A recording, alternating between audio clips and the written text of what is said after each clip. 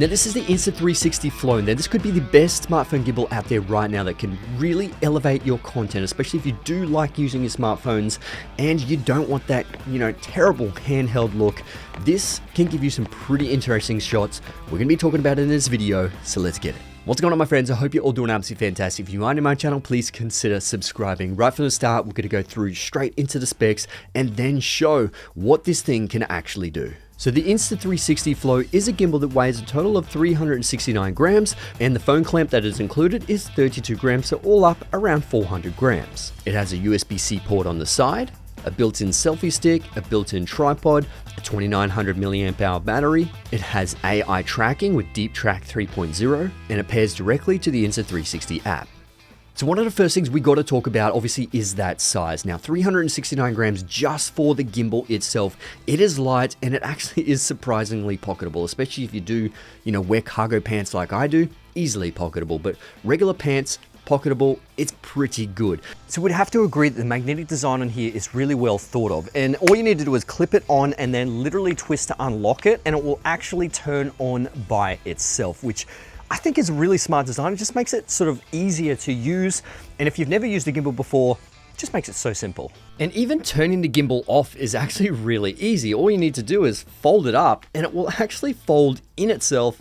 Take this directly off, and you're sweet to go. Like, they've just made this so much easier than a normal gimbal would be when it comes to mounting a phone, demounting it, and starting it up. It's literally just plug and play, you're ready to go. Now, even though this is small and compact, the battery is actually fairly decent. It's a 2900 milliamp hour battery, which gives you up to about 12 hours of usage, but it can only take about 2 hours to charge this. So if you do actually have an external battery pack in your backpack, you can literally hook it up to the USB-C and then just charge it while you're actually traveling, and you're good to go. So this could last well over a couple of days of actual use, because who's going to be using this for 12 hours straight? There could be some people who want to travel all day every day and utilize this, but like I said, have that battery pack, plug it in, and you're good to go.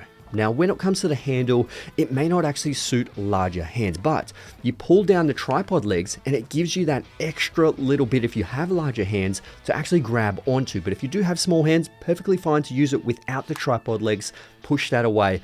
But like I said in that intro, you do actually have that extender part at the top that you can actually have, low angles or selfies, whatever. You can get so creative with how this thing actually works. Now, this is how I was able to get that low part in the intro. All I needed to do was extend that selfie stick and then put the camera down nice and low, and I was able to track behind Amber running. And obviously the results will depend on how smooth you are when it comes to that Z-axis bounce and, trying to do a little bit of a ninja walk while you're walking through. But if you do it a few times, you can try and get the best take you can possibly get, but it just makes it so much easier than actually physically holding it with your hands.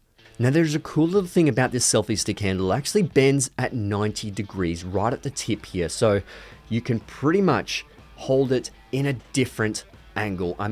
How cool is that? Now, we've got to talk about the AI tracking, and that's probably one of the most impressive things about this thing, and it's got what it's called Deep Track 3.0. Now, this is pretty impressive, especially if you do lock onto a subject and then lose that subject. When that subject comes back into frame, it actually connects really well. It's pretty impressive how it actually recognizes that that was the previous subject and then locks directly straight onto that subject straight after it's actually found it again. The tracking actually works far better than I was expecting. I actually got Amber to stand directly in front of me, and it actually recognized who it was meant to be tracking.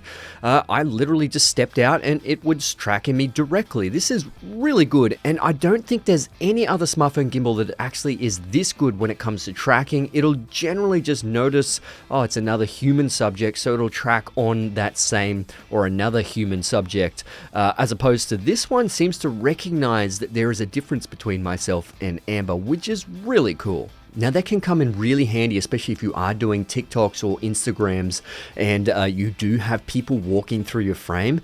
It actually makes that super handy, and just you have that reassurance that you're going to be in shot all the time. Now, while we're talking about some of the app features, this tracking and gesture record button is really handy, especially if you do want to be able to track yourself while also just using the gesture to stop and start recording. You can do this without tracking as well. Really just depends on which one you prefer to use. But also, if you see on the left hand side here, you can do some face tuning. So you can do automatic tuning, or you can obviously individually change the tone of the face. You can brighten the face, you can reshape your jaw, reshape your nose, make your eyes bigger. It just really depends on the situation you're actually going to be using these, but I personally don't find these useful, and I probably won't use them, but they are there in case you do actually want to be using these features. Now, there are actually some nice color tone features that you can use as well, and you can see you can change the intensity of the color that is applied, and some of these actually look really good. And that outdoor one, I would probably use that all the time. It looks really cool inside my studio, but you've got so many to choose from, which just makes it so much easier, and you don't actually have to color grade your footage, which is fantastic. Now, obviously, there are some other cool features that you can do. You can do pano photo, you can do the photo and video mode, you've got time lapse, time shift, slow motion, dolly zoom, widescreen mode, which pretty much just makes a nice wide aspect ratio. You've got live mode, which you can go into your selected app and, stream live. And you've got this pretty interesting hoop mode, which can give you some creative basketball videography. Now, if you are someone that likes to do instructional videos and likes to have, the gimbal tracking you, this is a really cool feature. Essentially, you press this auto zoom button down the left-hand side, and it will actually track you and also use the camera's zoom to zoom in. Now, this will obviously be dependent on how good your smartphone is when it comes to the image quality and what it can produce, but I feel like the story and the content is far more important than the actual image quality when you're actually using your smartphones. So there is a cool accessory that does come with this, and that is just a little LED light. All you need to do is literally just clip it on very easily, plug this USB-C directly into the gimbal, and you pretty much have a nice functional light that you could actually use at nighttime to give you a little bit of illumination.